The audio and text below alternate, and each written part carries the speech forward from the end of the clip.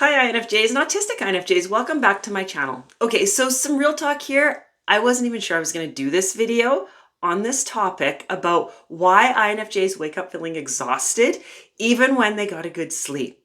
This was a request that came in and I try to do what's requested of me when viewers request because I love requests so much, but I didn't really consider myself someone who wakes up tired. So I'll admit I had like some imposter syndrome going on. Like, how can I do a video on this when I don't struggle with this? Or at least I didn't think I struggled with this.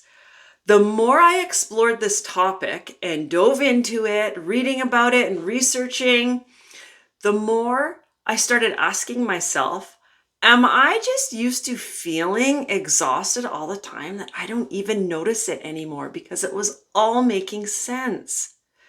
See, I was raised to believe that my sensitivity was a weakness. That if something was bothering me, like noise, clothing, energy, people, whatever it may be, that it was all because of me, my badness, and I needed to toughen up. I needed to buck up and quit being such a sissy. So I pushed through it. I numbed out. I got really good at surviving, not so good at listening to what my body was actually trying to say. So today, I'm talking about why INFJs and neurodivergent INFJs wake up feeling completely depleted. The day hasn't even begun yet, and it feels as though we've already run a marathon. And it's not laziness, it's not weakness, it's not because our sensitivity is something bad about us. It has to do with our wiring, and it gets quite interesting. So if you're new to my channel, welcome. My name's Trina. I'm an INFJ and I'm also autistic. I created this channel because I love helping people like myself understand who they are so they can gain a level of self-love. I hated who I was for a number of years, so bad I couldn't even look in the mirror. And that's not a fun way to live. And I don't want other people like myself to live like that anymore. So I do this through coaching classes and community and my videos. So welcome to my channel. I hope you find it helpful. If you're returning, welcome back. I'm glad you came back. I'm grateful for all my viewers. You guys are amazing. If you haven't yet, I invite you to like this video and subscribe to my channel. I would appreciate the support. That helps me be able to return back and do these videos for you. Okay, let's get into this. What's actually happening in an INFJ body? That's a big topic. When I decided to use that as a header of this section, I'm like, well, that's a big topic. There's a lot going on. But as it pertains to why we're waking up feeling exhausted, let's break this down. INFJs, especially neurodivergent INFJs, are deeply sensitive. And that's not just emotional. We're sensitive to light, sound, energy shift, clothing textures, people's moods. It's a constant stream of input all the time, flooding in. And if you're like me, that's why going into like a crowd of people, if you're going into somewhere where there's a whole bunch of people, is a huge chore. I had to do that this morning. My son was doing a presentation at the school and the entire school was in the gym. Those are very hard for me because that is like well over 400 people, I'm sure, in a little tiny school gym. And it's the sensitivity. Everything's just flooding in, like the noise, the movement, the people, everything. So while most people's nervous system resets while they sleep, an INFJ's, ours, they don't often. I'm not going to say all the time, but quite often ours does not reset, which is so interesting. When we go to bed with tension in our body, we wake up with tension in our body. We're still carrying it. So why mornings are a sensory battlefield? Because that's how they can feel quite often. They can feel very overwhelming for INFJs before anything even happens. I have heard quite a few INFJs that I've been working with mentioned that as soon as their eyes open in the morning, they have that dread. It's just like a dread that waves over them and they're feeling overwhelmed and they haven't even gotten out of bed yet. They still got their blankets up around them. They haven't even gotten out of bed yet. Just the thought of putting on maybe a pair of jeans or hearing the loud noise or walking into bright lights, engaging in small talk. You know, like maybe you got to go to an office where you know that small talk just revolves around that office constantly, or maybe you have meetings. Meetings were very hard for me. I worked in an office setting when I worked outside of the home, and just being in the office, they were wonderful people, but just being around and having small talk was a killer for me. And then there was lots of meetings where there was a whole bunch of people in one area again, and those are very, very hard for me. So that would make me want to just climb back under the covers. That's what makes us just want to pull those covers back up, put them over our head, and stay in bed. And for some of us, that resistance gets mislabeled as laziness or weirdness, or we'll really feel like there's something wrong with us. But it's not that at all, because we think that other people, they're not struggling with this. Why am I struggling with these easy everyday life things that we have to do? So we'll start beating ourselves up about it. It's our nervous system bracing. It's our body remembering the discomfort we felt yesterday and trying to protect us from it again today. That's what's going on.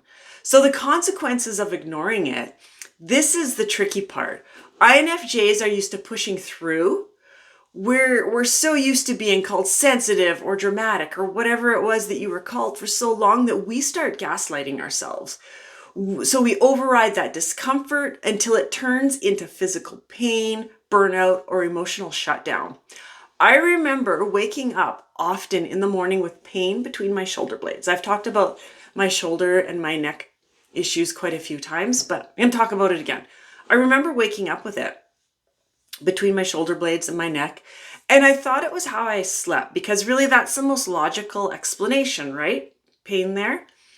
But eventually I started connecting it to the days when I knew I had to face things I didn't want, or that I knew were going to be hard. Not so much that I didn't want. I mean, everybody has things in their life, whether you're an INFJ or not, that you don't want to face, and we still have to do it. But it was when I had to face the things that I knew were going to be really, really hard and draining for me. So the social pressures, the uncomfortable clothes, bright lights, whatever it may have been, right? Just so much overstimulation. That pain, it wasn't random, or it wasn't in my head like I was told. It was my body throwing up a flare, saying, whoa, you're getting dysregulated here. You need to step back and get grounded, do whatever it is that makes you feel good. So the shift, how awareness creates healing. When I started getting curious instead of critical, so good at getting critical on myself, so good at that, everything changed. So side note, if you're super critical of yourself, that's not going to help, just so you know. Probably already know that. I mean, it's all over the internet, that negative self-talk, but I do have to throw that out there because INFJs, especially the neurodivergent ones, are really good at being super self-critical, and that's not helpful. So once I started getting curious instead of critical, I realized I just needed to adjust how I started my mornings. I changed how I structured my mornings. So the clothing textures that agitated me, the quiet time that I needed. I'm trying to think here off the top of my head, everything I changed. Less rushing. I do not like rushing.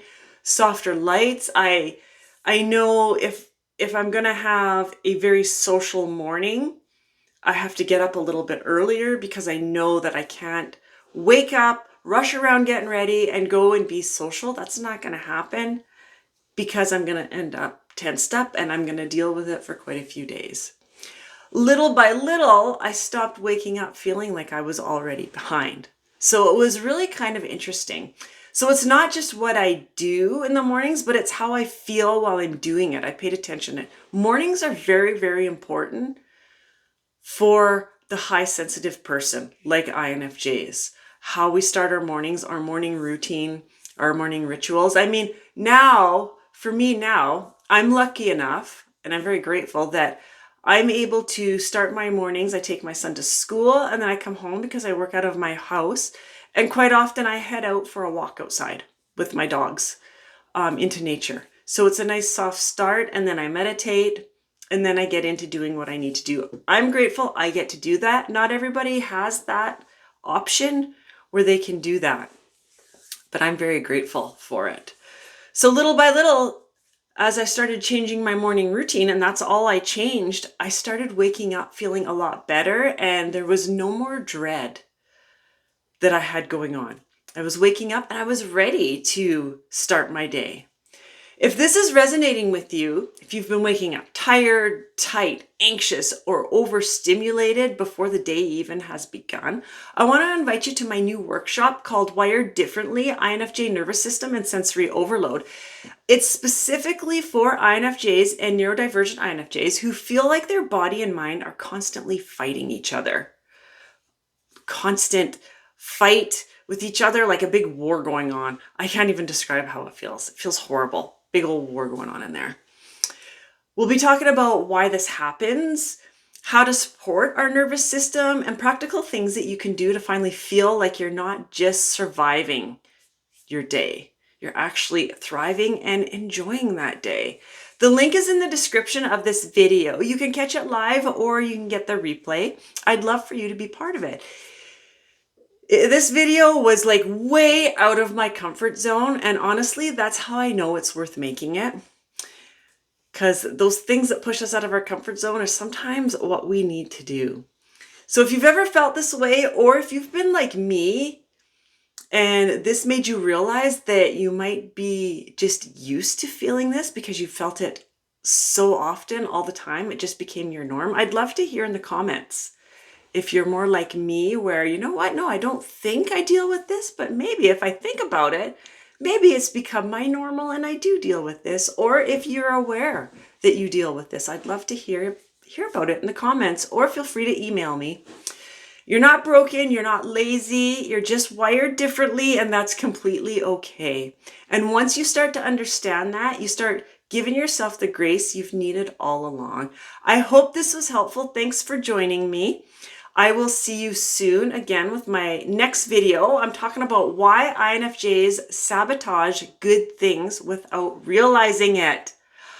That's like me written all over. I sabotage good things all the time. Well, I used to. Not so much anymore. It's going to be a great video. Thanks for joining me. Again, I invite you to like and subscribe to my channel. I'd appreciate the support. Feel free to share this. The more times it's shared, the more INFJs we get to help.